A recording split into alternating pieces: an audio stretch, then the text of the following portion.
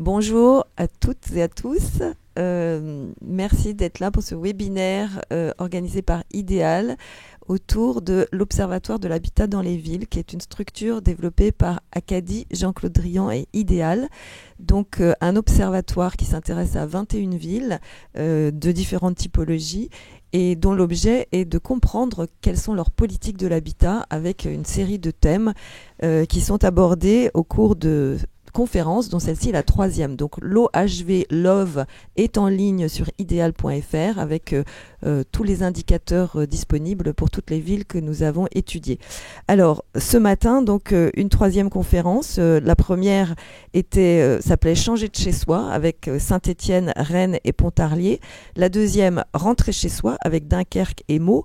Et aujourd'hui, il est question de choisir son chez soi à Libourne, à Lisieux et à Lyon, où l'on va parler donc des injonctions de sobriété foncière et des politiques locales de l'habitat, qui ne se résument pas tout à fait et pas uniquement dans le ZAN, la zéro artificialisation nette, mais qui ne peuvent plus désormais faire abstraction de ce principe de développement ou d'aménagement ou de restriction. Donc, le ZAN est-il possible? Comment se définit-il? Ça va être une partie de plaisir de le comprendre. Comment se calcule-t-il? Les territoires sont-ils tous égaux face au ZAN ou face au zéro artificialisation? Comment vont se faire les arbitrages entre les fonctions urbaines, le logement, les autres, activités et commerces notamment, dans un contexte de raréfaction de la ressource foncière? Quelles incidences sur le marché avant l'application de ce ZAN et après? En fin de compte, le ZAN suscite énormément d'inquiétudes, d'intérêt aussi, au point même que l'Association des maires de France a déposé un recours contre les décrets qui ont été, comment on dit, un décret est appliqué, publié, voilà, merci. Donc les décrets d'application de la loi climat et résilience, donc recours devant le Conseil d'État il y a quelques jours. Alors pour en parler, Anaïs Pitel, qui est directrice du pôle aménagement et la prospective territoriale de la communauté d'agglomération de Lisieux-Normandie. Bonjour. Cécile Ferret, chargée de mission urbanisme, habitat, logement, aménagement, rue des Enfants au secrétariat général de la ville de Lyon. C'est ça, je n'en ai pas oublié. C'est ça, bonjour, merci. Bonjour. Jean-Philippe Legal, vice-président aux politiques contractuelles à l'habitat et au logement de la communauté d'agglomération du Libournais. C'est bonjour. Ça, bonjour à vous. Et puis pour les faire parler, donc Jules Péter qui va prendre ma place dans 2 secondes, urbaniste, et Philippe Esteb, géographe, qui sont tous deux des consultants associés à Acadie. Donc je vous laisse la parole et place au débat. Merci beaucoup. À tout à l'heure. Et le micro. Merci beaucoup. Bonjour à tous. Alors ça, c'est très intéressant ce qui se passe. Je pense que c'est sans doute très français, peut-être on le retrouve dans d'autres pays, c'est avant même que la mesure soit mise en place, elle est déjà contestée de tous les côtés. Alors, le ZAN, donc zéro artificialisation nette, on pourrait dire que d'une certaine façon, c'est l'affichage quantitatif d'un processus qui est en fait déjà largement réfléchi, c'est la fameuse séquence ERC en fait, éviter, réduire, compenser, et avec l'objectif ZAN, ERC trouve finalement une traduction quantitative, ou en tout cas devrait trouver une traduction quantitative et normative. Rappelons que cet objectif se joue en 2 temps. Un premier temps qui, en tout cas au terme de la loi, serait plutôt un temps de réduction de la consommation jusqu'en 2030, avec un objectif de diminution de 50% des surfaces par rapport à une période de référence antérieure. Et dans un deuxième temps, atteindre le zéro artificialisation nette qui devrait être fait normalement en 2050. Bon. Le troisième élément, je crois, qui est important de signaler, c'est le rôle, en principe, de l'acteur régional dans cette affaire-là, puisque il est bien clair que cet objectif doit être territorialisé en fonction à la fois des grandes dynamiques régionales, mais aussi des différences territoriales entre les composantes de la région. Donc en ce moment, les régions sont en train de, réviser leurs schémas régionaux d'aménagement pour y introduire cette dimension. Alors je voudrais dire 2 mots pour introduire le débat qui est un débat qui va porter sur l'échelle urbaine. Mais je voudrais rester un moment à l'échelle régionale parce qu'il me semble que c'est pas inintéressant. Ça pose des questions politiques qu'on va retrouver nécessairement quand on va focaliser sur l'échelle urbaine. On a fait une simulation en fait, de la mise en œuvre de l'objectif déjà de réduction de 50% pour l'Adréal de ce qui ne s'appelle plus PACA, enfin qui s'appelle toujours PACA pour l'État, mais qui s'appelle Sud de France pour la collectivité territoriale, je crois que c'est ça. Donc la simulation à 2030 montre plusieurs choses. C'est premièrement, je crois que c'est une évidence pour tout le monde, si on applique de manière uniforme l'objectif de réduction de 50%, à tous les territoires, en clair, c'est une prime au glouton, si vous me permettez l'expression, c'est-à-dire en gros, les territoires qui ont beaucoup consommé au cours de la période de référence, se voyant appliquer un coefficient de réduction systématique de 50%, se retrouvent en fait avec un avantage compétitif en termes d'offres d'espace et d'offres de terrain considérablement supérieur par rapport aux territoires qui sont plus vertueux, qui eux ont eu une consommation relativement sobre ou très sobre dans la période précédente. Le deuxième point, c'est où est-ce qu'on applique et quand est-ce qu'on applique l'objectif de diminution par 2. Est-ce qu'on l'applique uniquement à la production nouvelle de logements et d'activités, ou est-ce qu'on travaille aussi le renouvellement de la ville sur la ville? C'est-à-dire que si on l'applique uniquement à la situation nouvelle, en fait, on crée évidemment des rentes de situation considérables entre, si j'ose dire, les nouveaux emplois et les nouveaux ménages qui se retrouvent avec une surface réduite par rapport aux anciens emplois et aux anciens ménages, si je peux dire, qui eux, évidemment, bénéficient davantage acquis.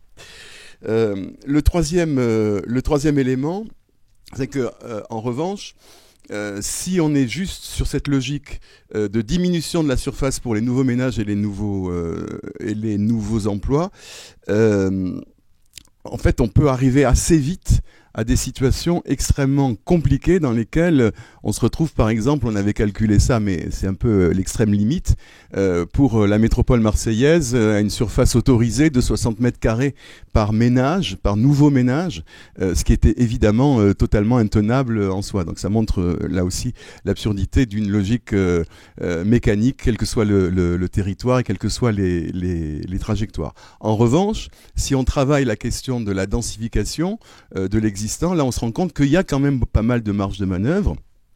Surtout évidemment dans les territoires les moins denses, mais que cet objectif de densification, s'il est vertueux du point de vue de la consommation nouvelle de sol, il l'est peut-être moins du point de vue de l'artificialisation des espaces. Tout dépend évidemment comment est-ce qu'on considère les jardins individuels, les jardins de maison individuels. Juridiquement aujourd'hui ils sont considérés comme artificialisés. En même temps, si on regarde d'un point de vue plutôt je dirais des fonctionnalités écologiques, les jardins individuels sont pas forcément quelque chose de problématique. Deux points, évidemment, sont essentiels. Ce sont 2 points démographiques.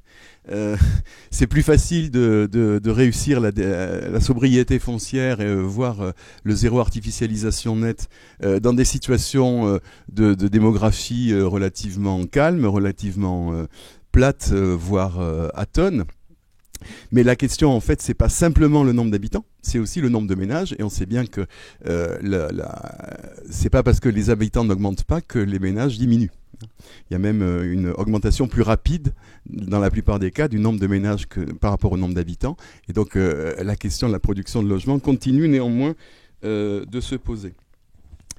Le dernier point sur lequel je voudrais insister, c'est que du fait de ces logiques, des problèmes que pose la logique uniforme de réduction de la consommation, on voit bien que, si vous me permettez l'expression, on ne peut pas faire le socialisme dans un seul pays. C'est-à-dire que, en réalité, on est dans des logiques extrêmement puissantes d'interdépendance entre les territoires. à l'échelle des SCOT, mais peut-être plus largement, il faudra voir comment est-ce que les régions traduisent ça dans leur SRADET, parce qu'il y va aussi d'un modèle plus général d'occupation du territoire. C'est-à-dire, est-ce qu'on veut finalement un territoire qui est constitué de hameaux compacts entre lesquels les gens circulent, ou est-ce qu'on veut continuer un principe de métropolisation, en tout cas merci, de focalisation d'un certain nombre de fonctions dans les métropoles. Le dernier point sur lequel je voudrais insister sans être trop long en introduction, par ailleurs, il y a un certain nombre de critiques de fond qui sont adressées à l'objectif lui-même, notamment celui de la réduction et la sobriété foncière. Premièrement, donc ça a été dit par Catherine, les maires, et notamment les maires des communes les moins denses, considèrent que c'est un coup de poignard dans le dos, dans la mesure où ça leur, en quelque sorte, interdit un développement futur, un développement démographique futur. Bon, on a vu que c'est peut-être un argument un tout petit peu outré, mais enfin toujours est-il que c'est un motif de refus de mise en œuvre de cet objectif. Et puis on a pu voir aussi des critiques, je dirais, plus sociales, en disant mais finalement le ZAN, en rachérissant le coût du logement, en diminuant les emprises foncières, c'est peut-être aussi la fin du modèle historique d'accession sociale à la propriété ou d'accession abordable et accessible à la propriété en maison individuelle pour les ménages populaires et les ménages des classes moyennes. Donc on voit bien qu'il y a quand même pas mal de grains à moudre dans cette affaire-là. Et donc on a la chance d'avoir des gens qui sont en train de moudre ce grain là, je pense, que je ne vais pas représenter, mais juste pour dire que le grand intérêt, c'est qu'on a en fait deux villes moyennes et une grande ville, voire une très grande ville. Deux villes moyennes qui sont dans des trajectoires démographiques pas tout à fait comparables. C'est-à-dire que Libourne, je pense que vous avez quand même une attractivité assez importante, notamment du fait de la proximité de la métropole bordelaise. Vous êtes un espace de desserrement bordelais. Lisieux, peut-être vous avez une démographie un peu plus calme. Néanmoins, tous les deux, vous avez des contraintes territoriales extrêmement fortes. Contraintes naturelles, je dirais, dans le cas de Lisieux, contraintes naturelles et économiques dans le cas de Libourne.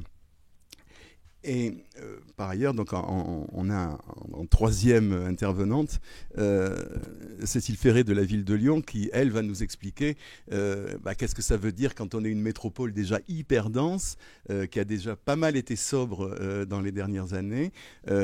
Comment peut-on aller plus loin, et quels sont les moyens et les objectifs pour aller plus loin. Alors on s'est dit, dans l'ordre, on va faire trois interventions successives. Peut-être, si vous me permettez, je me permettrai de vous reposer quelques questions à l'issue de vos interventions. Donc, par ordre alphabétique, on est d'accord. Donc, on va commencer par Jean-Philippe Le Gall, vice-président de la communauté d'agglomération du Libournais, la CALI, en charge des politiques contractuelles, si je ne me trompe pas, de l'habitat et du logement. Exactement. Voilà. Donc, racontez-nous déjà un peu Libourne, parce que c'est quand même une situation très particulière. Alors peut-être le Libournais est plus étendu que Libourne, mais j'en suis pas tellement sûr. Aussi bien en termes de contraintes spatiales, de dynamisme démographique, et du coup la façon dont vous essayez d'interpréter cette question-là et de la mettre en œuvre.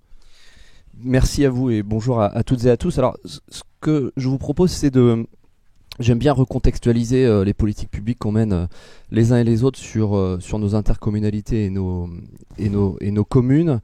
Et donc j'ai pris le parti de regarder le sujet des consommations des espaces naturels, agricoles et forestiers entre 2009 et 2020. Je crois que c'est le CEREMA qui fait ça, et c'est repris par le ministère. Et donc, pour essayer de comprendre les dynamiques à l'œuvre, vous les avez évoquées dans mon département et sur mon territoire, et d'une manière un peu plus large.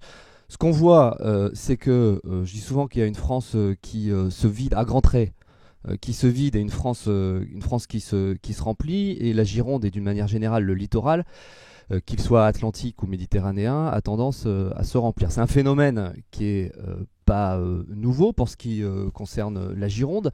Moi, ça fait 20 ans que je suis en Gironde et depuis que je suis arrivé, il y a 300 000 nouveaux habitants en plus. Dans un département qui faisait 1 300 000 habitants, on a tassé 300 000 habitants avec tout ce que ça peut supposer en termes de politique publique et d'adaptation des infrastructures, des réseaux, des écoles, etc. De tout ce que vous pouvez imaginer. Ça se passe surtout sur le littoral, si on zoome un peu cette fois sur la Gironde, mais mon territoire n'est pas exempt de cette dynamique, étant entendu que je suis le vice-président d'une agglomération qui est plutôt rurale. C'est la ville de Libourne, c'est 25 000 habitants, donc dans les strates des villes moyennes, c'est une petite ville moyenne. Et la deuxième commune fait 8 500 habitants, pour vous brosser un peu le tableau. Et en cela, je pense que je ressemble et nous ressemblons pas mal à Lisieux, avec la particularité, c'est que, vous l'avez dit, nous sommes à 20 minutes de la rocade bordelaise et à 20 minutes de la gare Saint-Jean. Ça en fait une spécificité. Donc, un territoire qui est soumis à une pression démographique, mais très inégale. Très inégal, pourquoi vous l'avez dit, Libourne, on a une petite voisine, petite par la taille mais grande par le nom, qui s'appelle Saint-Émilion. On en a même une deuxième qui s'appelle Pomerol, et que d'une certaine manière, alors c'est un atout et une chance, et du point de vue de la renommée et de la qualité des vins qu'on peut y boire, mais en termes de consommation d'espaces naturels, agricoles ou forestiers, donc là c'est plutôt, on va dire, agricole, nous sommes protégés et nous avons été relativement protégés de l'urbanisation. C'est ce que vous voyez à l'est de Libourne, les taches plutôt blanches ou plutôt claires, même si il y a toute une partie du territoire qui est plutôt située cette fois à l'ouest et qui se rapproche de Bordeaux, qui elle n'est pas protégée par les appellations d'origine contrôlée. Vous le voyez, qui sont en taches marron. Eh bien, indépendamment de ça, on a malgré tout réussi à consommer beaucoup et à imperméabiliser, à artificialiser beaucoup de surface. Je regardais le chiffre de Libourne sur les 10 dernières années, donc sur la dernière décennie, on est à 20 hectares. Donc je ne connaissais pas ce chiffre, c'est beaucoup. C'est beaucoup, donc c'est surtout sur de la dent creuse, même si c'est surtout passé sur la première partie des années 2010. L'urbanisation est beaucoup plus modérée en ce moment. Tout ça donc on est soumis à une pression et une attractivité très forte, vous l'avez dit. Et derrière ça, je trouve que votre table ronde elle est intéressante parce qu'elle pose en creux les stratégies publiques d'aménagement du territoire qui ont tendance à être réhabilitées, et c'est tant mieux. Je ne suis pas pour une économie totalement dirigiste, mais enfin je suis pour une certaine vision stratégique de là où on emmène nos territoires. Et donc en Gironde, pour gérer cette attractivité, alors vous voyez sur la carte de gauche la structuration intercommunale à aujourd'hui. Donc vous la jugerez comme vous le souhaiterez, mais elle est relativement atomisée. Et donc l'intercommunalité est l'objet, par définition, qui gère l'essentiel des politiques publiques de mobilité, d'habitat et de développement économique. Et puis à votre droite, vous avez ce qui est un peu au-dessus et ce qu'on doit là aussi réhabiliter, parce que le SCOT, j'en ai porté un, j'ai porté dans un précédent mandat le SCOT du Libournais, donc je pourrais échanger avec vous sur les injonctions contradictoires de l'État, les pressions du monde rural, les pressions des sénateurs, pour aboutir à un document qui, en définitive, est un document de consensus plus que d'ambition. Mais pour la Gironde, nous avons 8 SCOT, et encore, nous en avions 11 il y a peu, et tout le territoire n'est pas organisé et n'est pas maillé avec des SCOT qui sont forcément ambitieux ou tout simplement forcément opposables. Et puis quand on descend sur nos sujets, donc vous avez eu la carte des SCOT, et maintenant je vous donne la carte à votre gauche des documents d'urbanisme. Là encore, vous voyez une grande atomisation. Les taches grises, ce sont les PLUI, et le reste, c'est soit du PLU, il reste du POS, ou encore, on est encore au RNU sur un certain nombre de communes. Mon territoire, moi, se lance parce qu'on est un peu comme Lisieux, on est assez récent, en date de 2012, on est dans une phase de consolidation, même si on va vite. On se lance dans une démarche de PLUI dans lequel on a embarqué le H et le D, parce qu'on pense que ce document, c'est le document de la stratégie politique à 10 ans. et que pour rendre opérationnelles les politiques d'habitat et de déplacement, mais il vaut mieux les traduire au maximum qu'on puisse le faire par des outils juridiques qui ont place dans le PLUI. Et à votre droite, vous avez les PLH, donc les documents qui sont censés, même ils sont d'une certaine manière opposables, mais au final pas tant que ça, puisque la question c'est de vérifier dans le temps l'opposabilité des documents d'urbanisme les uns envers les autres. Et j'en veux pour preuve que j'ai fait adopter un SCOT en 2016. Je pense qu'il y a un paquet de PLU qui sont toujours pas conformes au SCOT. Mais tout ça pour vous dire que là encore, il y a une grande atomisation des stratégies de l'habitat dans ce département. Donc on est face à des enjeux qui sont lourds, forts et qui nécessitent, à mon sens, et c'est peut-être ça le sens du message que je porte et qui sort des limites de mes délégations et de mon mandat, mais de traiter les politiques publiques à la bonne échelle pour apporter les bonnes réponses à nos habitants. On est un département qui optiquement va bien, mais qui factuellement a fait la une des médias en 2019 tous les samedis à l'occasion des manifestations de Gilets jaunes. Je pourrais vous en parler longtemps, mais elle a beaucoup de liens à mon sens avec la stratégie d'aménagement du territoire de ce département. Donc voilà ce que je peux vous dire en termes d'entrée en matière sur ce sujet dans mon département et sur mon territoire. Très bien, merci beaucoup. On viendra peut-être ensuite dans un deuxième temps plus précisément aux politiques publiques et à leur mise en œuvre sur le territoire de la Cali. Est-ce qu'on peut faire le même exercice à Lisieux avec le micro d'ailleurs ? Oui, donc rebonjour à tous et merci aussi pour l'invitation à ce web débat. Oui, Agnès Pitel, donc directrice du pôle aménagement et prospective territoriale au sein de l'agglomération Lisieux-Normandie. Donc pour remettre un petit peu de contexte, l'agglomération Lisieux-Normandie est située au cœur de la Normandie entre le triangle Caen, Le Havre et Rouen. Donc une position géographique assez intéressante, notamment d'un point de vue du développement économique. Donc on est à peu près à 20 minutes du littoral, notamment de la côte fleurie. On est à 2 heures du bassin parisien et notamment avec une ligne de train Lisieux-Paris. Donc voilà un petit peu pour contextualiser la localisation de l'agglomération. Pour un peu une fiche d'identité du territoire, donc on a un EPCI assez récent puisqu'on a été créé au 1er janvier 2017 de la fusion de 5 anciennes communautés de communes. Donc c'est vrai que tout ce qui est politique d'aménagement, d'habitat sont assez récentes à l'échelle de l'agglomération Lisieux-Normandie. On regroupe environ 74 000 habitants autour de 53 communes. Je vais m'arrêter juste 2 secondes sur ces 53 communes puisqu'on a un contexte particulier aussi. On a au sein de notre territoire un regroupement d'un certain nombre de communes nouvelles et on peut le voir assez rapidement sur la carte, de communes nouvelles assez conséquentes puisqu'on a autour de Livaro Pays d'Auge, Saint-Pierre-en-Auge, Mézinon, Vallée d'Auge notamment, des communes nouvelles qui se sont créées ces dernières années avec 15, 20, 22 communes même historiques. C'est pas sans conséquence notamment sur les politiques publiques avec l'élaboration par exemple de notre PLH actuellement, puisque d'un point de vue de la législation, c'est pas forcément encore très clair sur la territorialisation des besoins en termes de logement, puisqu'on est sur des communes très vastes avec des enjeux aussi différents, très rurales aussi. Donc c'est aussi particulier sur notre territoire.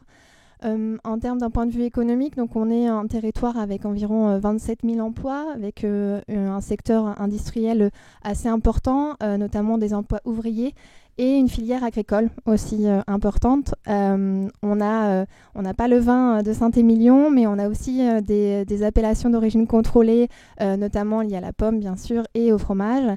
Et on a une concurrence aussi qui n'est pas anodine quand on parle de zéro artificialisation ou de concurrence de foncier. On a une filière équine qui est importante sur notre territoire. Et là, en préfiguration notamment du SCOT et PLUI, c'est des échanges qu'on a régulièrement de concurrence entre les filières agricoles, qu'elles soient bovines, et la filière équine qui est consommatrice aussi de foncier, qui a besoin de foncier pour tout simplement exister et en concurrence avec notamment la filière bovine. Sur le territoire en matière d'habitat, on a un territoire notamment de logement, on a un territoire rural, 97% d'espaces agricoles et naturels sur le territoire de l'agglomération.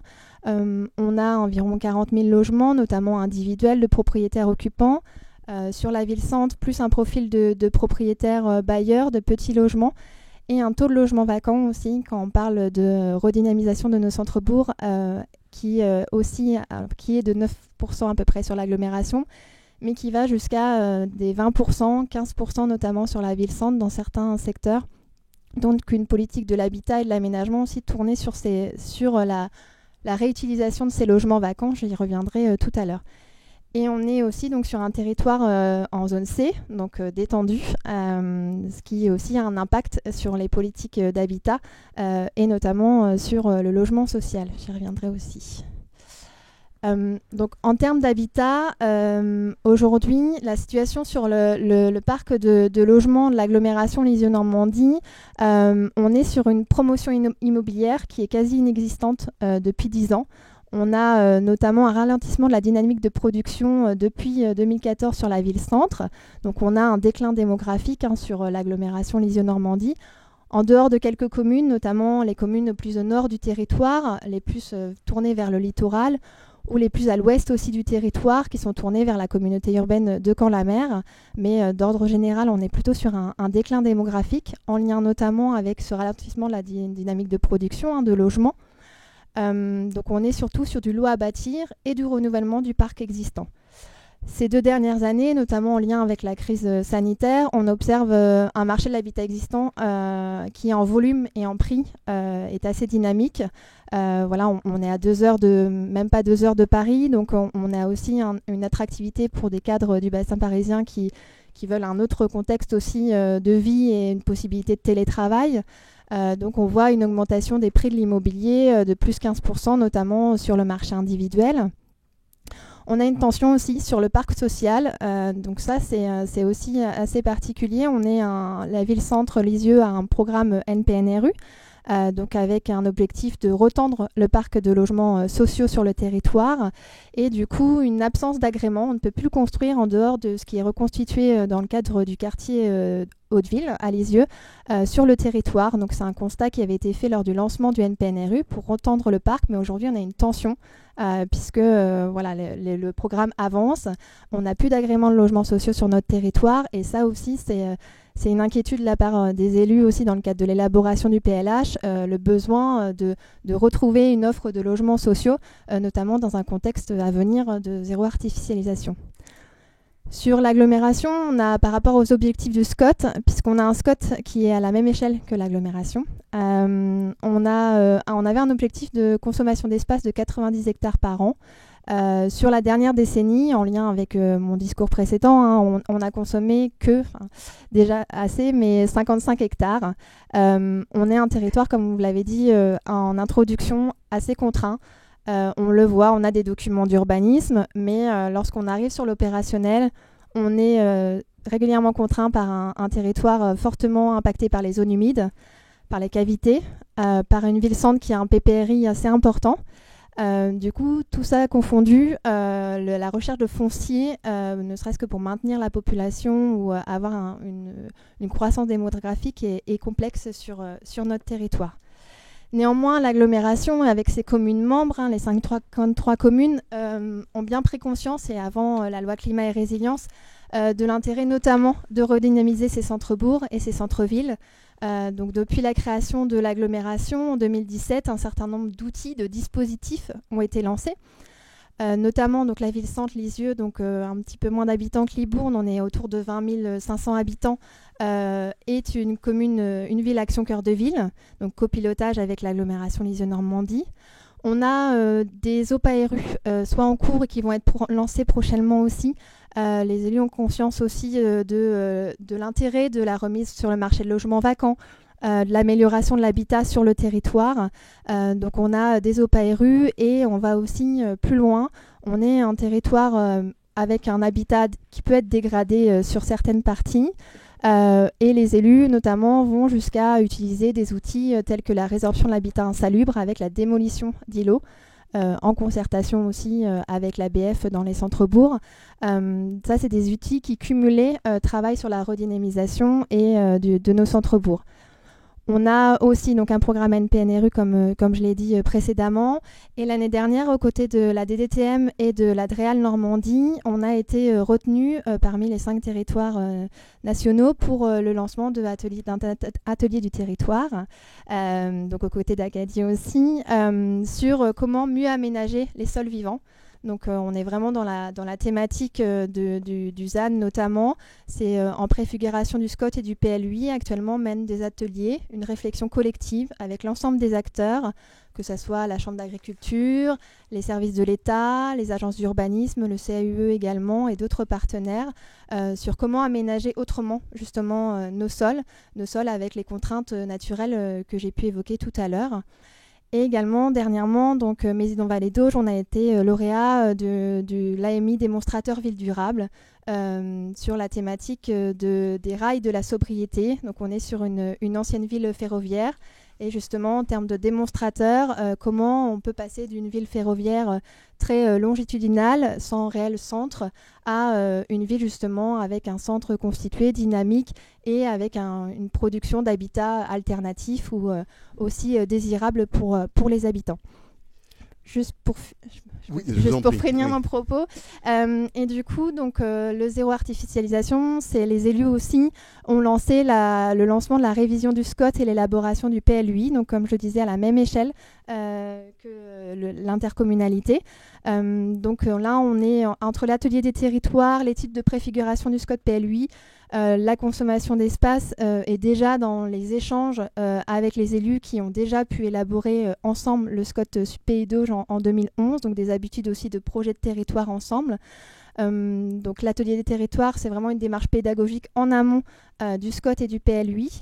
Et de manière régionale aussi, donc la modification du STRADET, donc l'agglomération aux côtés d'autres SCOT aussi de Normandie et du pôle métropolitain qu'en Normandie Métropole, à travailler sur une contribution aussi pour la modification du STRADET et la mise en œuvre du ZAN, à adresser aussi l'agglomération une contribution aussi pour son propre territoire avec un enjeu majoritairement aussi d'activité économique, puisque comme mon président peut le dire lors d'intervention, on ne souhaite pas être une réserve d'Indiens entre l'axe Seine et la métropole de Caen-la-Mer. On a des emplois, un habitat dispersé assez atypique, mais voilà, on a besoin, on a moins consommé que ce qu'on avait objectivé dans le SCOT. On a des dispositifs qui sont mis en œuvre entre Petites Villes de demain, Action Cœur de Ville ou d'autres démarches, et l'enjeu, selon nous, c'est de réfléchir à d'autres formes urbaines dans la ruralité. On va venir, merci beaucoup, on va venir plus précisément au contenu des politiques publiques. Je voudrais qu'on termine ce premier tour de table de présentation des enjeux du territoire par une métropole très dense, dans laquelle les marges de manœuvre sont assez limitées, et qui pour autant doit continuer évidemment de produire. Merci, bonjour à toutes et tous. Donc, Cécile Ferré, je suis chargée de mission urbanisme, habitat, logement, aménagement au secrétariat général de la ville de Lyon. Et en effet, on va faire un petit saut d'échelle et puis aussi un petit pas de côté, à la fois par rapport à choisir son chez-soi, puisque finalement à Lyon, la question qu'on se pose beaucoup, notamment aussi depuis le confinement, c'est se sentir bien chez soi et une ville qui soit aussi désirable malgré son intensité. Lyon, c'est un territoire qui est quasiment entièrement artificialisé, si on peut le voir sur l'image qui va être bientôt projetée. Et le petit pas de côté qu'on vous propose, c'est que finalement, on n'a pas d'injonction de sobriété foncière à Lyon, compte tenu de ce contexte. En revanche, les élus se sont quand même posé la question finalement d'un zéro artificialisation nette, mais qui serait plutôt un ZIN qu'un ZAN, au sens d'un zéro imperméabilisation nette. Puisque, en effet, vous l'avez rappelé, dans la séquence ERC, éviter, réduire, compenser, le premier terme, c'est éviter. Et y compris dans les métropoles très denses, Lyon, c'est la deuxième ville de France, qui est la plus dense après Paris. Paris, c'est 20 000 habitants au kilomètre carré. Lyon, c'est 10 000. C'est la densité de New York. Donc, une fois qu'on a donné ces chiffres un peu qui donnent le vertige, entre 2010 et 2030, la métropole devait accueillir plus 150 000 habitants. Ce chiffre a été dépassé dès 2020. Donc, on a eu en effet une pression et une croissance démographique assez incroyable, avec un phénomène de polarisation sur Lyon, dans la ville-centre notamment. C'est aussi une des villes qui se réchauffe le plus en France, qui aura le climat de Madrid en 2050 et qui doit donc aussi lutter contre les îlots de chaleur urbains. On a encore eu un phénomène de canicule qui est arrivé encore un peu plus tôt dans l'année que d'habitude. Et puis la nature et la biodiversité aujourd'hui sont encore plus crucial. Il y a un besoin de nature qui est encore plus fort pour les habitants. Ça prend une part aussi très importante dans les choix résidentiels. Et par rapport à ça, Lyon a un patrimoine quand même végétalisé qui est à préserver et qui est à développer.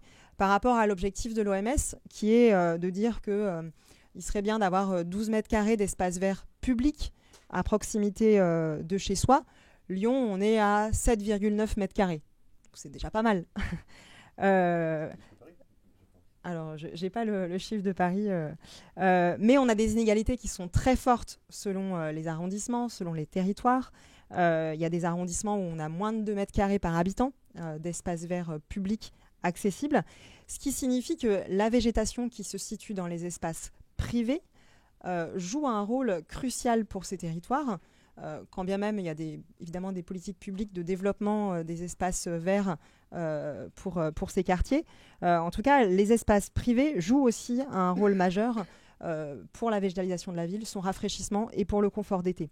Et donc, l'orientation politique, c'est de maintenir un objectif de production de logements qui est ambitieux, avec le nouvel exécutif à la ville de Lyon et à la métropole de Lyon, avec 2900 logements par an à produire à Lyon et avec un objectif de production de logements social et abordable renforcé pour résorber 100% du déficit de logement social, mais tout en préservant la pleine terre existante, les arbres et en renaturant. Pourquoi ? Alors bien sûr, les arbres, c'est les premiers climatiseurs en été, puisque quand la température grimpe, les arbres stockent de l'eau, puis en fait, ils en libèrent. Donc ça a un rôle extrêmement important. Et on peut avoir 4 degrés d'écart dans certains quartiers selon leur végétalisation. Donc au-delà du coup des grands projets qui ont été réorientés au début du mandat par Dieu, Confluence, notamment par les exécutifs de la ville et de la métropole de Lyon, la ville de Lyon a également réorienté plusieurs projets et permis de construire car ils impactaient la nature et la biodiversité. Et il y a notamment un projet qui a été un peu finalement un démonstrateur au début, puisqu'en fait c'était un projet qui était sur une parcelle très végétalisée, de réhabilitation d'un ancien équipement qui appartient à un propriétaire privé, et de construction neuve aussi portée par un promoteur. Et pendant plusieurs mois, le projet a été retravaillé entre l'exécutif de la ville, le promoteur, l'architecte, pour préserver au maximum la pleine terre et les arbres existants, tout en maintenant un objectif de production de logements à peu près égal. Et donc, ce qui signifie qu'en fait, c'est l'implantation des bâtiments qui a été retravaillée par rapport à la pleine terre existante et par rapport aux arbres. Et le promoteur et les architectes ont essayé de les retravailler vraiment dans l'emprise des bâtiments démolis. Et par ailleurs, en limitant au maximum le stationnement en sous-sol à l'emprise des bâtiments et parfois en le supprimant complètement, ce qui a permis in fine d'avoir une production de logements à peu près équivalente à 150 logements, mais d'avoir 83 arbres conservés sur la parcelle au lieu de 66. Et on passe d'une parcelle qui était imperméabilisée à 63% à une parcelle qui va être végétalisée à 63%, avec un emprunt sur la pleine terre qui est infime, puisqu'on est à 2%. Cette méthode, elle a donné lieu, à partir de là, à la construction d'un indicateur pour l'élaboration des projets pour tous les permis de construire à Lyon, où on s'est intéressé à la désimperméabilisation des sols, à la pleine terre préservée, à la pleine terre renaturée.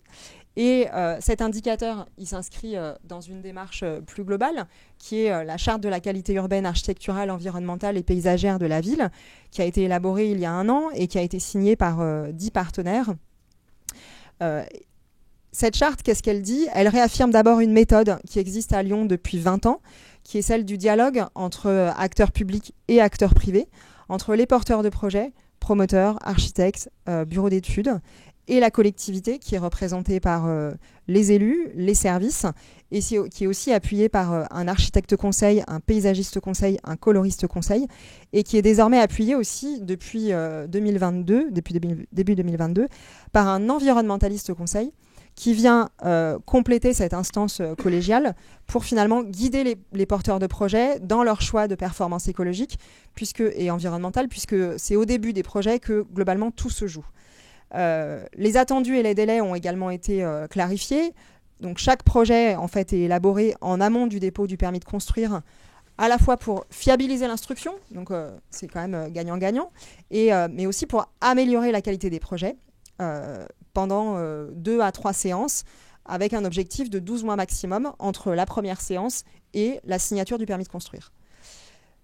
Qu'est-ce qui est discuté ? C'est prendre en compte le patrimoine, l'existant, le déjà là. Donc on travaille beaucoup plus aussi sur finalement les vides dans la ville et cette fameuse question de la pleine terre, de la biodiversité, du paysage, pour limiter l'imperméabilisation des sols, sur la qualité des logements aussi, sur les matériaux biosourcés, géosourcés, sur la question aussi de la densité, de l'insertion urbaine, etc.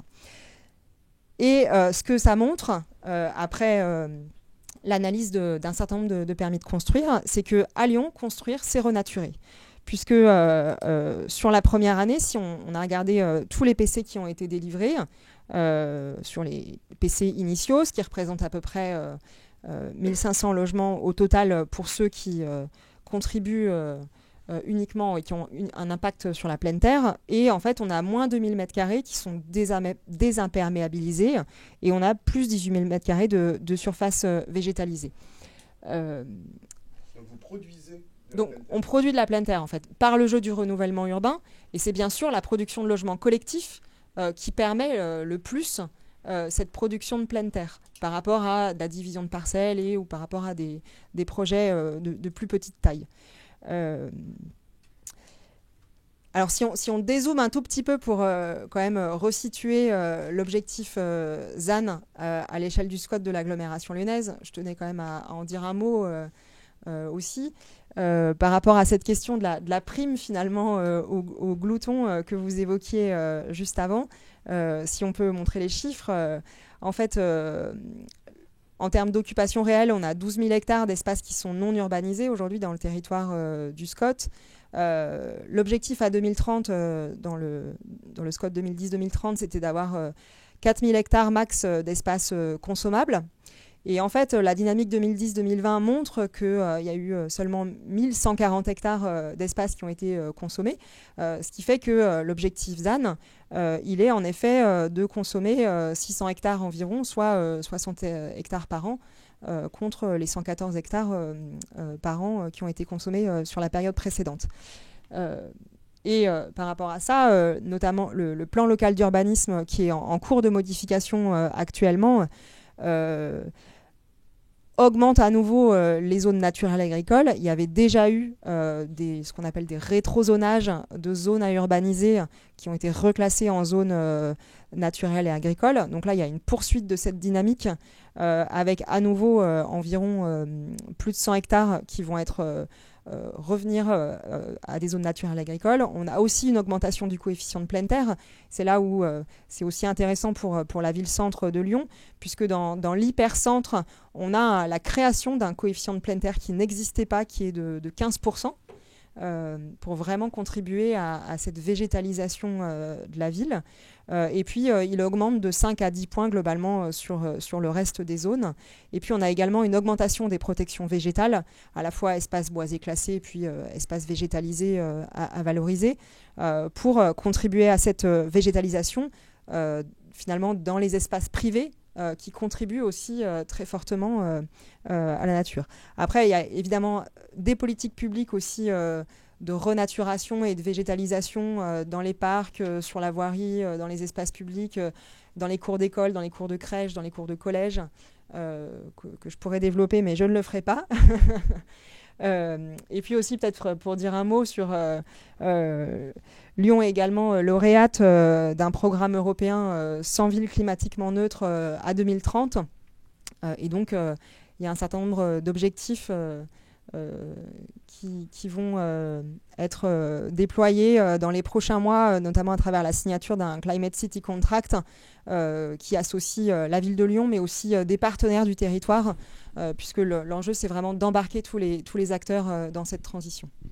Merci beaucoup. Alors, vous avez fait justement une transition parfaite, puisqu'on voulait aborder de manière plus précise, plus concrète, la question des objectifs de politique publique et des instruments de politique publique, mais peut-être qu'il y a déjà des questions qui sont apparues. Alors, alors je ne sais pas dans quel ordre, mais finalement, dans les 10 prochaines années, comment est-ce que se traduit vos objectifs à la fois de consommation et de production dans les documents d'urbanisme, les stratégies? Comment est-ce que vous traduisez en quelque sorte à la fois la séquence ERC, l'objectif ZAN, l'objectif de sobriété et quels sont finalement les instruments que vous mettez en œuvre? Là, on a vu un certain nombre d'instruments sur les... Alors, évidemment, on n'est pas du tout dans les mêmes situations. C'est-à-dire que à Lyon, en tout cas, il y a le marché qui vient à vous, et donc vous êtes en situation de force d'une certaine façon, au sens où vous êtes très sollicité, très courtisé, donc vous avez la possibilité de mettre en œuvre des modes de négociation et des critères d'appréciation de la qualité des projets que peut-être dans des territoires dans lesquels, par exemple comme Lisieux, où la promotion immobilière est dans une situation de mort clinique, enfin comment il disait à propos de l'OTAN, de coma, enfin bref, c'est peut-être moins facile évidemment d'être dans cette situation de régulation. Alors je ne sais pas dans quel ordre, peut-être Lisieux et puis après Libourne.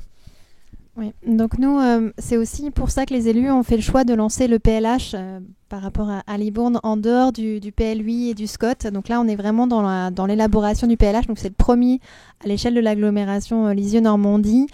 C'était aussi pour que la compétence habitat de l'agglomération soit connue auprès des partenaires et notamment des promoteurs. Donc c'est vrai qu'on a un marché en termes de promotion à tonnes depuis 10 ans, mais on voit là aussi, parce que le foncier se raréfie sur Caen-la-Mer notamment, voilà, on a des programmes Action Cœur de Ville, Petite Ville de demain, où des promoteurs reviennent un petit peu sur le territoire depuis un an. Et du coup, les élus ont vraiment voulu aussi, sur le PLH notamment, avoir un volet concertation avec les acteurs de l'habitat et les communes aussi, puisqu'on a des communes très disparates et très rurales aussi. Donc de pédagogie aussi assez fort. On a notamment dans le groupement d'études qui nous suit pour le PLH, un cabinet spécialisé dans la concertation. C'était vraiment un souhait des élus, justement pour faire connaître aussi ce qui peut exister, ce qui peut être fait ailleurs et aller chercher des outils un petit peu innovants aussi. Donc c'est aussi pour ça la démarche Atelier des territoires. Mais on a beaucoup de pédagogie déjà avec les communes qui ont certes déjà élaboré pour une partie d'entre elles un PLUI, mais qui ont conscience que demain il faudra aménager autrement. Donc c'est vraiment le volet aussi sensibilisation, concertation avec les communes et avec les partenaires qui est mis en avant à la fois dans le PLH et dans le futur SCOT et PLUI.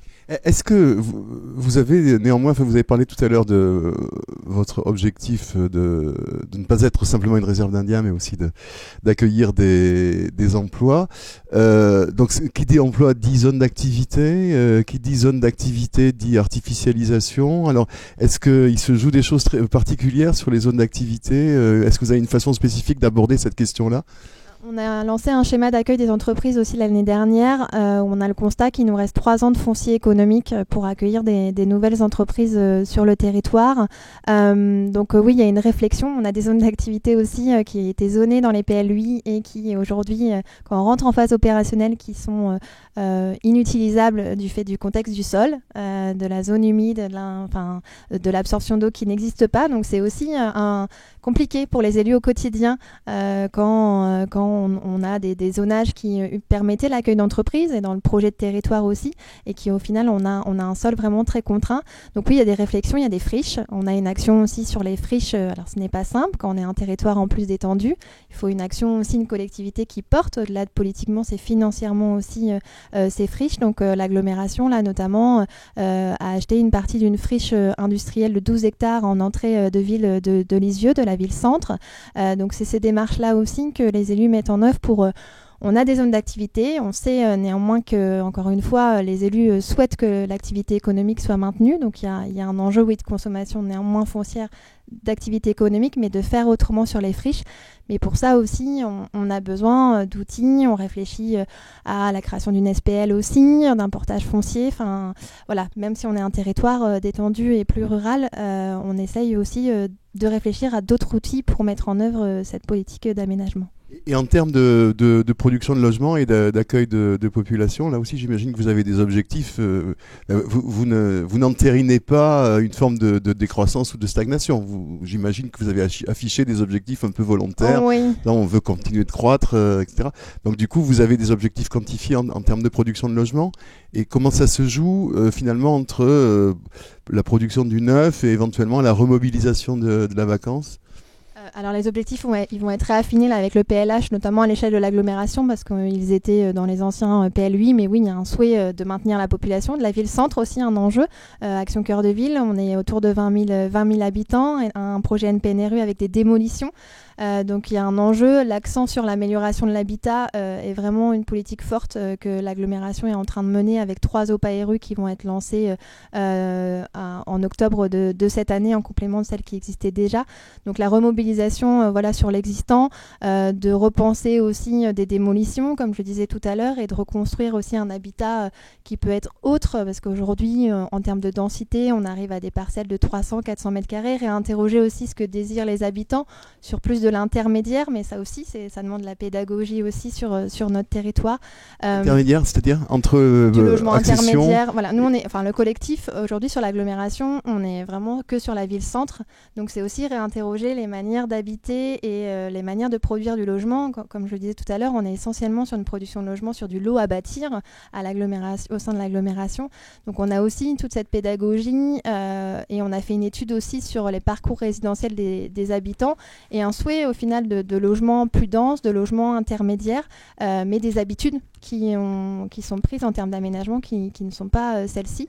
Donc c'est des choses qu'on est en train de mettre en œuvre avec les élus. Juste, logement intermédiaire, c'est intermédiaire en termes de forme urbaine. Ah, oui. D'accord. Ni tout à fait collectif, ni tout à fait individuel. D'accord.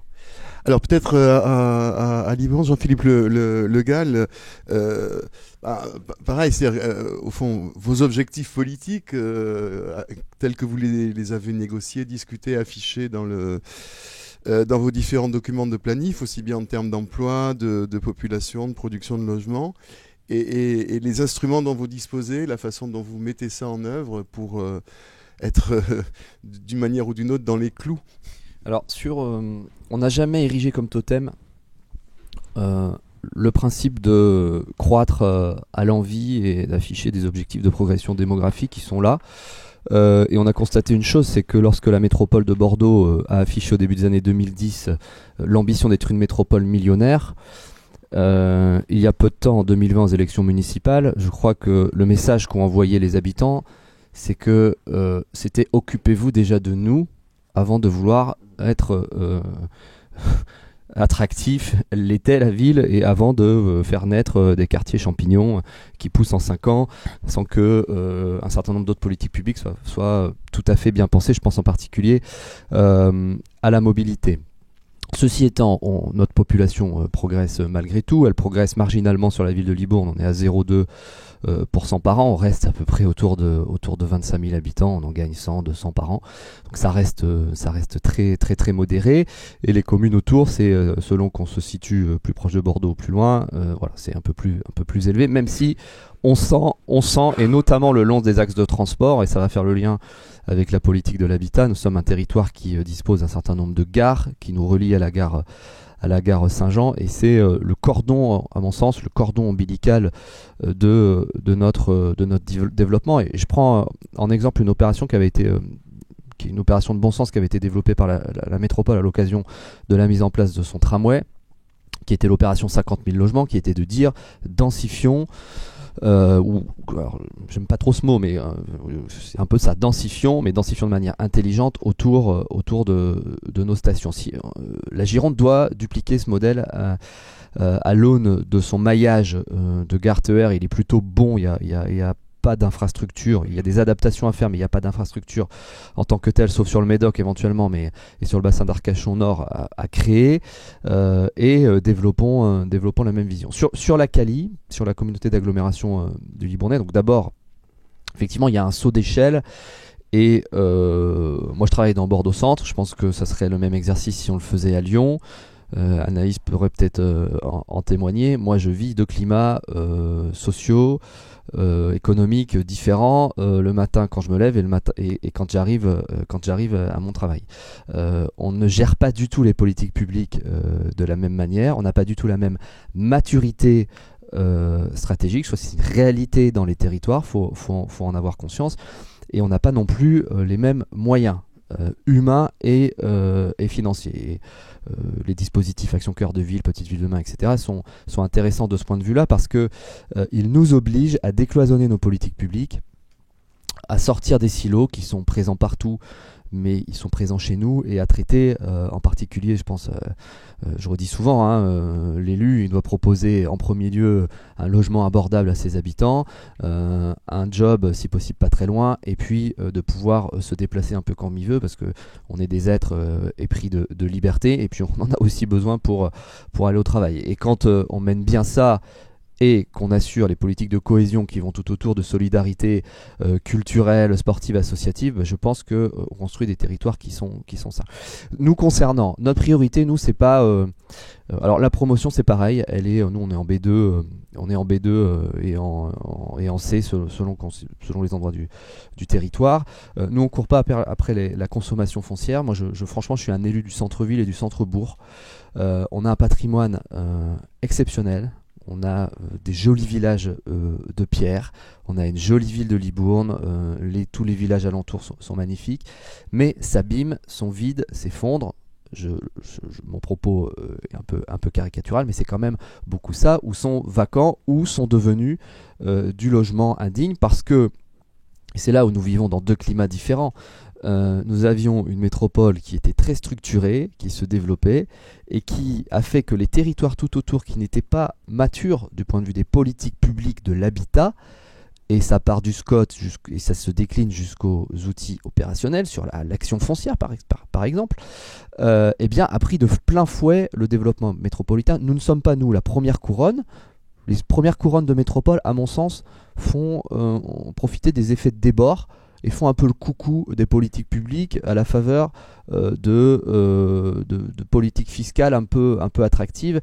Et il y a des enjeux, à mon sens, d'aménagement du territoire dans cette première couronne. Et je crois que le CGET avait fait une étude là-dessus. L'emploi s'est beaucoup développé dans les premières couronnes des métropoles. En tout cas, c'est pas vrai partout en France, mais c'est vrai à Bordeaux. Et nous, on est dans cette deuxième couronne qui a vu des spécialisations locales par l'habitat qui ont généré des déséquilibres. Le centre-ville de la ville de Libourne, qui est une jolie bastide patrimoniale, qui est entourée d'une campagne viticole qui s'est urbanisée, eh bien le centre-ville, entre 2010 et 2020, s'est vidé. Et c'est spécialisé. J'ai 40% de la population de la moitié de mon centre-ville qui vit sous le seuil de pauvreté, avec des marchands de sommeil qui se sont reproduits à l'envi de manière industrielle, et contre lesquels dorénavant nous avons mis en place des outils. Donc notre sujet, moi je suis vraiment un élu du centre-ville et des centres-bourgs, et le travail qu'on mène sur le centre-ville de Libourne, c'est ce qu'on est en train de dupliquer sur d'autres polarités, y compris rurales, là où j'ai constaté qu'il y avait du patrimoine qui était vide ou qui était insalubre. Avec, et pour vous citer des exemples, et pour descendre dans les outils très opérationnels, parce qu'on et sortir un peu du PLH ou du PLH ou du PLUI HD, pardon, j'ai mis en place le permis de diviser, en place le permis de louer. J'ai une équipe dédiée à ça qui a visité 2200 logements dans le centre-ville depuis 2 ans. On fait des refus, etc. Donc on se bat contre cette dynamique-là. On décourage les marchands de sommeil parce que les outils contre la spéculation foncière, ils ne sont pas si nombreux que ça. On ne peut pas racheter... J'aimerais racheter la moitié de la ville. Et je pense que c'est un enjeu de fond, on pourra parler du BRS, etc. Mais comment on fait? Je dis souvent que l'immobilier en France est une source de rente et de profit, et que la main invisible ne produit pas d'effets durablement bénéfiques sur ce sujet-là. Et nos habitants, la première chose qu'ils nous demandent, parce qu'ils ont un besoin de sécurité, et c'est légitime, c'est un logement. Parce que c'est à partir de là qu'ils se projettent dans la société. Donc les outils permis de louer, permis de diviser, les mêmes outils que sur les autres communes, hein, OPA RU, mais plutôt musclés dans le cadre d'une concession d'aménagement par exemple, qui embarque du recyclage, des ORI, des opérations de restauration immobilière, donc des choses très très coercitives qui bousculent un marché local. L'OPA qui est intégré dedans, les espaces publics, l'acquisition de commerce aussi, parce que la problématique du réinvestissement des cœurs de ville et de certains centres-bourgs, c'est le commerce en bas et les étages qui sont vides, et donc des dérèglements de fonctionnement de la ville, des dérèglements de loyers commerciaux, etc. Mais tout ça pour vous dire qu'en fait, on est en train, ce que Lyon arrive très bien à faire, les métropoles arrivent assez bien à faire, c'est à reconstruire la ville sur la ville de manière intelligente et à produire des typologies de logements qui répondent à une attente sociétale, parce que c'est quand même ça aussi. Il y a quand même aussi un mouvement qui est en train de se passer en ce moment, où nos habitants vont chercher de la nature. Donc si on fait de la densité sans penser à la nature, y compris la nature, pas forcément un parc, hein, c'est la nature, un espace extérieur dans son logement, eh bien je crois qu'on n'aura pas totalement atteint nos objectifs. Mais c'est un exercice très compliqué parce que ça coûte cher, parce que le recyclage ça coûte cher, on parle de déficit, voilà, il y a des sujets de déficit d'opération, et les bailleurs sociaux, moi je suis une commune qui répond à ces objectifs au regard de la loi SRU, mais qui y répond en périphérie et pas en centre-ville. Et donc tout le sujet qui est fait, et je les réunis assez souvent, c'est de faire de l'acupuncture urbaine, c'est de reproduire du logement social de manière intelligente, qui ne se voit pas, parce qu'on a des choses qui ne se voient pas et qui sont souvent d'ailleurs des marqueurs plutôt positifs du patrimoine, parce que les plus belles opérations finalement sont celles des bailleurs sociaux. Mais ça coûte cher, ça coûte de l'argent, ça coûte du temps. On répond par exemple à des appels à projets de l'État sur des fonds friches, etc. Action Logement, on est dans les locaux d'Action Logement, est un partenaire de cette reconquête-là. Mais c'est de la couture qui prend du temps, et qui, dans le cadre du ZAN, va, je pense, accélérer les enjeux, parce qu'il va bien falloir à un moment donné qu'on trouve un modèle économique de la reconstruction de la ville sur la ville, de reconstruction dans l'ancien, parce que voilà, ça coûte plus cher que de faire une opération sur un foncier nu. Avec en même temps ce paradoxe, enfin, si je vous ai bien compris, qu'un des enjeux, c'est aussi d'arriver à recréer des valeurs foncières et immobilières dans le cœur de ville. Alors, des valeurs. L'enjeu, ça va être de loger nos habitants à un loyer abordable, ou qu'on ait de l'accession, alors soit sociale, soit abordable dans nos villes. Parce que sinon, on va créer une France. C'est Jérôme Fourquet qui dit que la lutte des places a remplacé la lutte des classes. Sinon, on va organiser le territoire de manière concentrique, et on va industrialiser la gentrification qui est à l'œuvre dans les grandes métropoles, ici à Paris, Lyon, Bordeaux, et on va la reproduire dans les territoires qui sont tout autour. Moi, je crois que l'enjeu, et si on pousse l'exercice au bout du bout, c'est quand même une reprise en main puissante par l'action publique des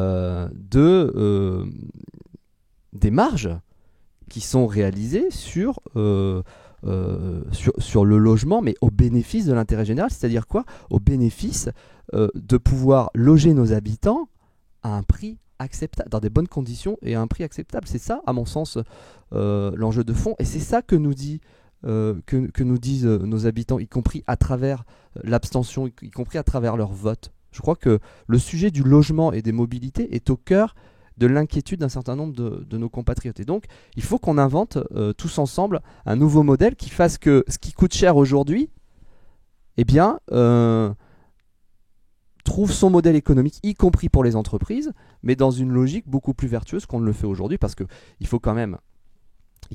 le ZAN, j'étais avec un président de département important de Nouvelle-Aquitaine qui poussait des cris d'orfraie important mais plutôt rural, poussait des cris d'orfraie sur ce sujet-là. Il va falloir qu'on trouve quand même une certaine maturité politique, non pas à opposer le rural et l'urbain, et ça, c'est un vrai enjeu.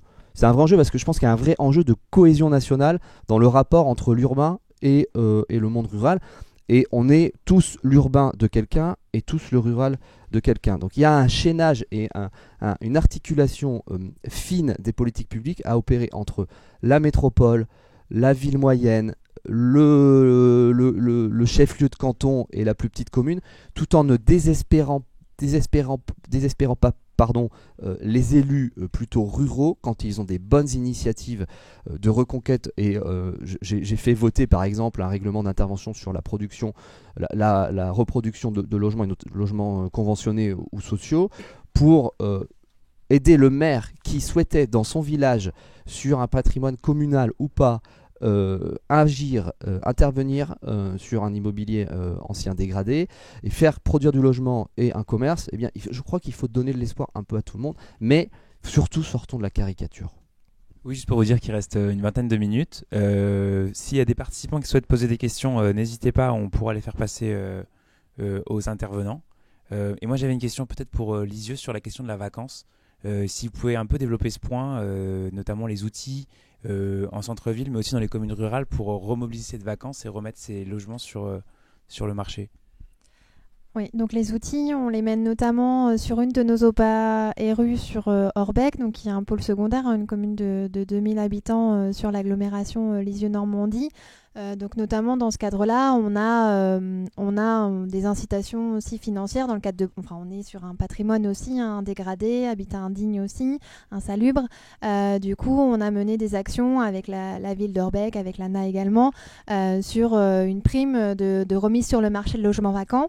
On a ici sur cette OPA RU, je rebondis sur la question des logements au-dessus des commerces, puisque c'était un constat sur ce centre-bourg, c'était que en majorité, les logements vacants étaient liés au commerce en dessous et avec pas de création d'accès distincts. Donc on a aussi mobilisé des aides financières pour créer un accès distinct entre le commerce et les logements. Donc là, c'est une OPA qui se termine fin 2023 et on est à 80% des objectifs aujourd'hui de logement, donc qui fonctionne très bien. Et du coup, Orbec, au sein de l'agglomération, était vu un peu dans l'acte fondateur de l'agglomération comme c'est formulé ainsi, un laboratoire d'expérience, voir quels dispositifs on pouvait mener, avec quels partenaires et qu'est-ce qui était reproductible aussi sur les autres territoires de l'agglomération. Donc sur la question de la vacance, on réitère ces dispositifs sur la ville-centre à partir d'octobre et sur également 2 autres centres-bourgs. On a aussi une question soulevée par les élus, on l'a vu, on est beaucoup de communes, un patrimoine aussi communal important dans un habitat diffus. Donc on a notamment les communes nouvelles, un certain nombre de patrimoines d'anciennes mairies, écoles aussi. Donc c'est vraiment une question aussi aujourd'hui que se posent les élus et c'est pour ça aussi qu'on réfléchit à des outils de portage foncier sur ces biens communaux aussi vacants sur le territoire. Merci. Alors, peut-être un mot, puis après, oui, Cécile, mais allez-y. 2 secondes pour compléter sur le sujet de la vacance. C'est un sujet qui est extrêmement difficile parce qu'on touche au droit de la propriété et ça pose plein de questions derrière. Bon, nous, on y va un peu de manière très très musclée. On utilise ces outils-là, mais on a constaté que si on était simplement dans l'incitatif, ça ne marcherait pas. Donc je prends l'exemple de la concession d'aménagement de Libourne, c'est un petit, le centre-ville est assez ramassé. On a ciblé 45 immeubles sur lesquels on met ce qu'on appelle une opération de restauration immobilière qui va obliger les propriétaires à faire des travaux, à redéfinir la morphologie des logements, faire des travaux complets, le clos, le couvert, les appartements, les communs et la façade, sans quoi une déclaration d'utilité publique sera prise par la préfète et donc le propriétaire aura entre 18 et 36 mois pour faire les travaux. Il pourra exercer son droit de délaissement s'il ne le fait pas à notre profit, ou sinon il aura à vendre et nous encadrerons. Donc on a un vrai enjeu et on a quelques outils, mais le sujet là-dessus, encore une fois, c'est notre capacité à mobiliser des fonds publics pour mener ces politiques-là. Alors justement, on a abordé, si j'ose dire, Cécile Ferré, la question du logement abordable et de cet impératif effectivement qui s'impose aux élus d'apporter des réponses à ces demandes. On est dans une séance qui s'intitule Choisir son chez-soi. On voit bien comment vous arrivez à faire du judo avec le marché. En même temps, est-ce que tout ça vous permet quand même de produire du logement abordable et comment est-ce que ça se joue, cette affaire-là?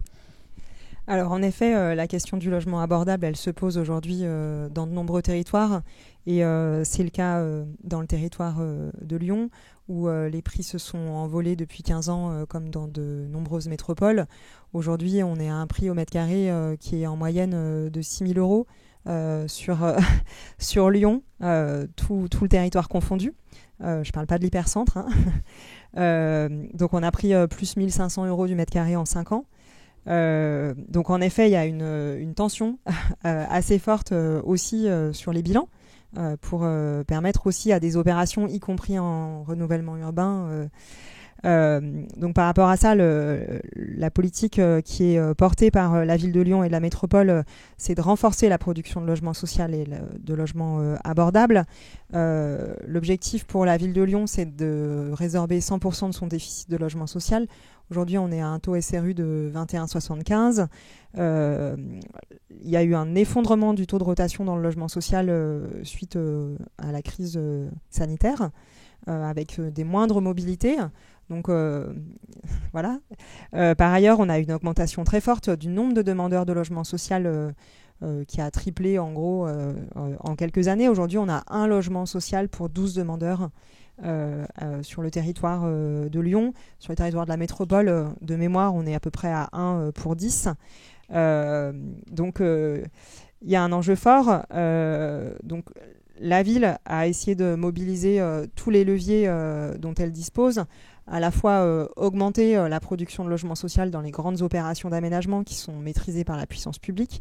C'est le cas à Confluence, dont les inflexions ont été présentées par le président de la métropole et par le maire de Lyon récemment, où on passe de 40% à 60% de logements sociaux et abordables, avec 40% de logements sociaux et 20% de logements en bail réel solidaire, ce que vous évoquiez tout à l'heure, qui est la dissociation entre le foncier, d'une part, qui devient propriété de la foncière solidaire du Grand Lyon, et puis l'immobilier, dont des ménages sous conditions de ressources peuvent se porter acquéreurs. Donc sur Confluence, il reste 1200 logements à produire. Donc voilà, ça doit apporter aussi un peu de souffle sur la production de logements sociaux et abordables, mais c'est aussi augmenter les seuils de mixité sociale dans le plan local d'urbanisme pour permettre que chaque opération produise plus de logements sociaux. Donc là, on va sur des taux à 35%, puisque si on doit avoir 30%, mécaniquement, on doit être au-delà des 30%. Et puis, c'est aussi faire feu de tout bois en mobilisant aussi le patrimoine vacant, alors qui est pas si important que ça, mais une des premières choses qui a été faite, c'est d'identifier le patrimoine vacant de la ville de Lyon et tout ce qui relève du logement a été fléché soit vers du logement social pérenne, soit vers du logement d'abord, pour permettre à des publics les plus en difficulté d'accéder à des logements de façon transitoire, quand le foncier ensuite allait devenir soit un équipement public et qu'on ne pouvait pas donc faire du logement social pérenne.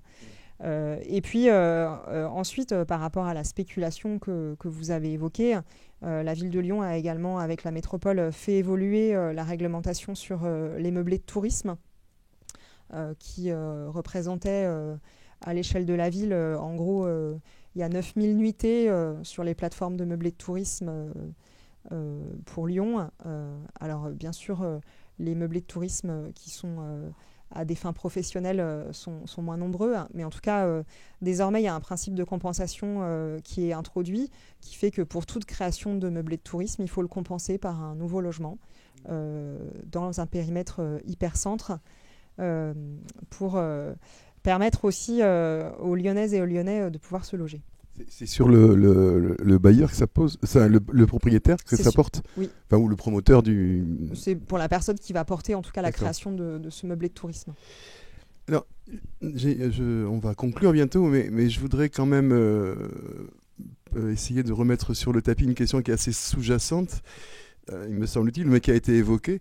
Au fond, c'est le contrôle public sur les sols. J'ai l'impression que cette question-là, elle revient vraiment au goût du jour. On a passé toute une période dans laquelle finalement la question de la maîtrise publique des sols était peut-être laissée de côté. Aujourd'hui, j'ai l'impression que vous trois, vous avez quand même ça très fortement en tête, non ?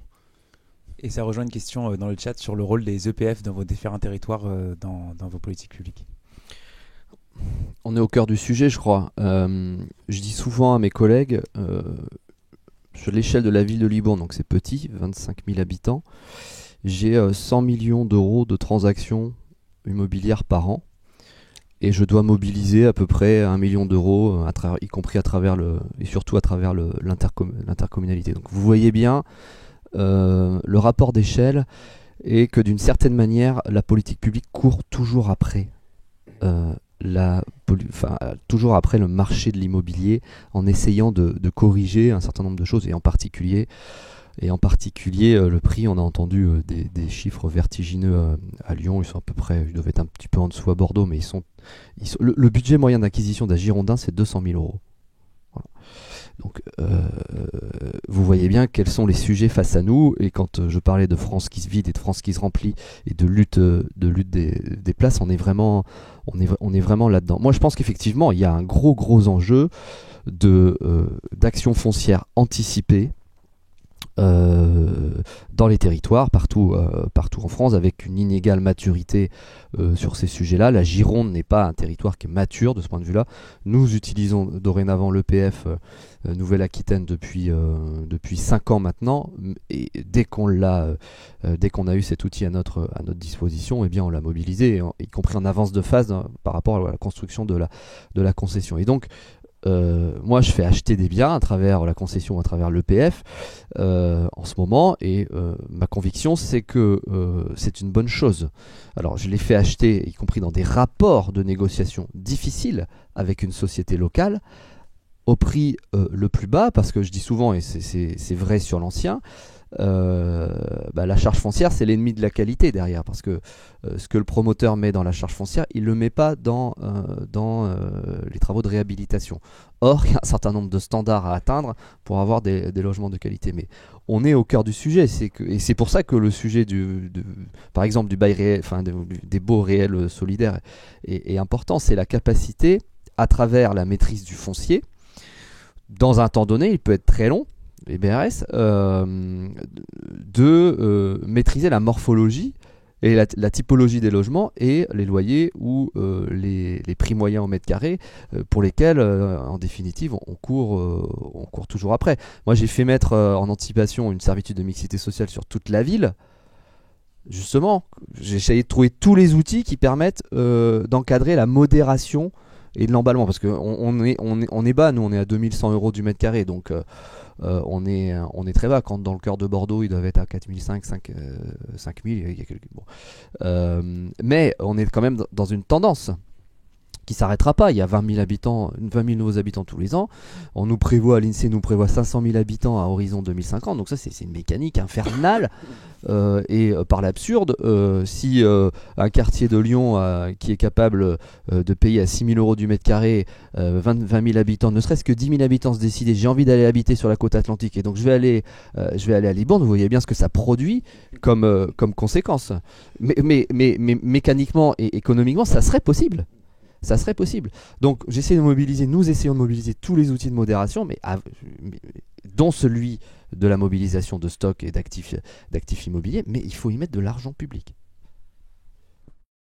Anaïs, vous voulez rajouter un élément sur cette question de la maîtrise publique des sols? Oui, non, bah, je partage le propos. Nous aussi, on travaille avec le PF Normandie, notamment sur la résorption de friches aussi. Donc, le PF Normandie avec la région Normandie, une convention aussi.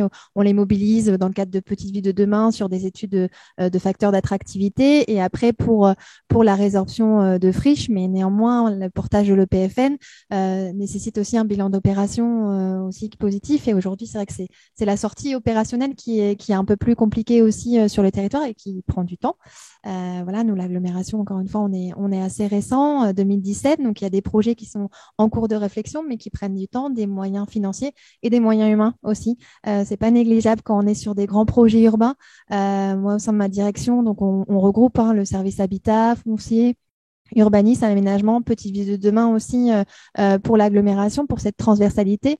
On a la chance avec Petite Ville de demain d'avoir deux chefs de projet en termes d'ingénierie. C'est vrai que pour porter aussi après des grands projets urbains sur des agglomérations qui restent en partie rurales, il faut aussi de l'ingénierie. Et c'est un des enjeux aussi, je pense, sur nos territoires.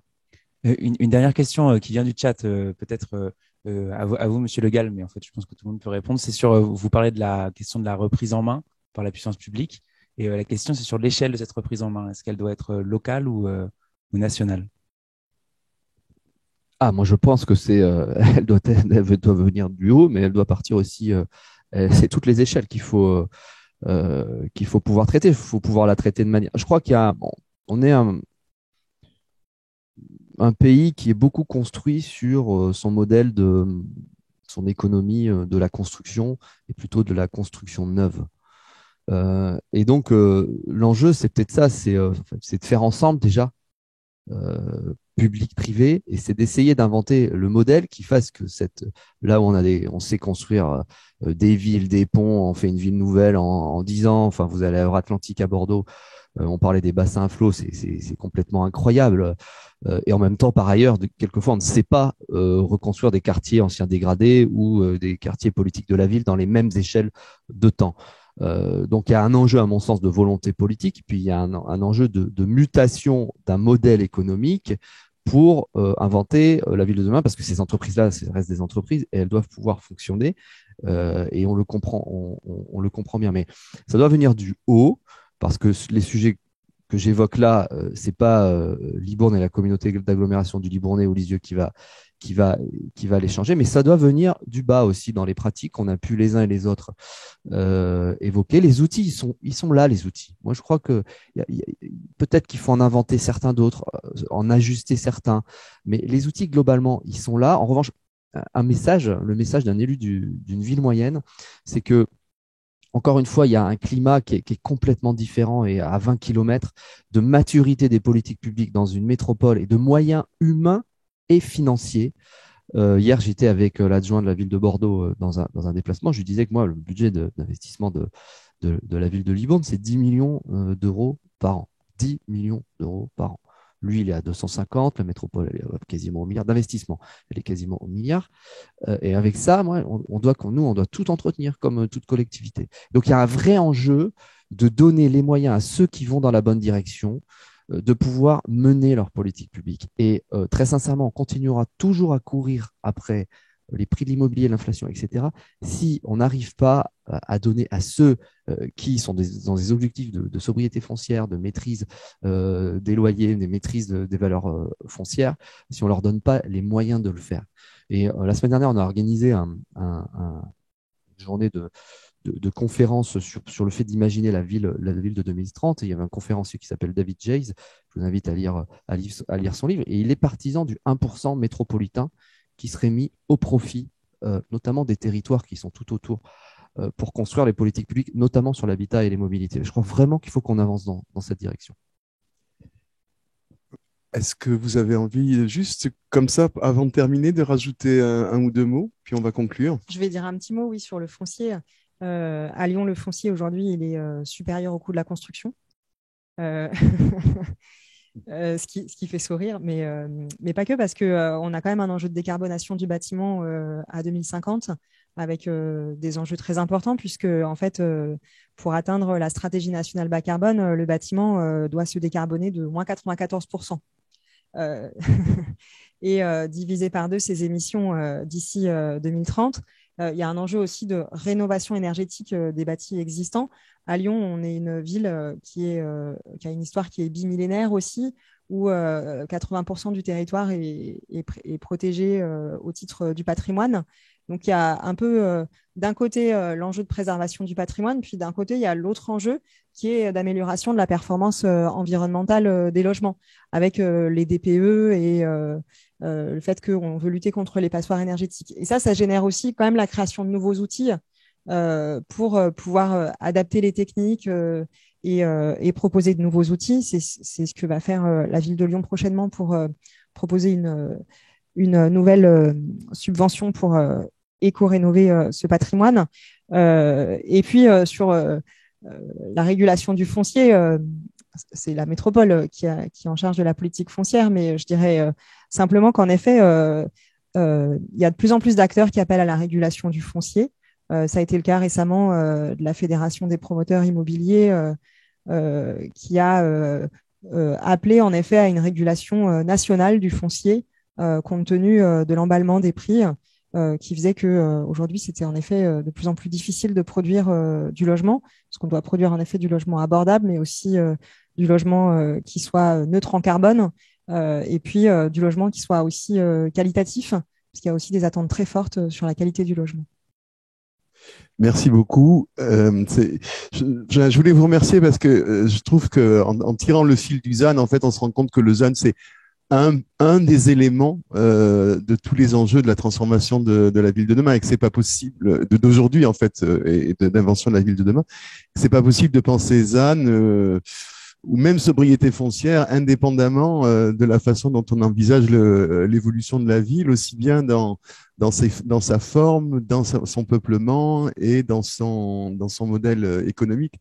Et d'ailleurs, finalement, au final, bon, on est peut-être passé à côté, mais on n'a presque pas parlé du ZAN, ou très peu, ou plus exactement, ça a été le prétexte de parler d'autre chose, et du coup de voir ce que ça peut être, quels peuvent être les enjeux de la construction d'une stratégie urbaine aujourd'hui. Donc je voulais vous remercier, Libourne, Lisieux et Lyon, et puis peut-être aussi ceux qui nous ont écoutés, puis remercier Idéal pour avoir organisé cette discussion extrêmement intéressante, en tout cas très instructif pour moi.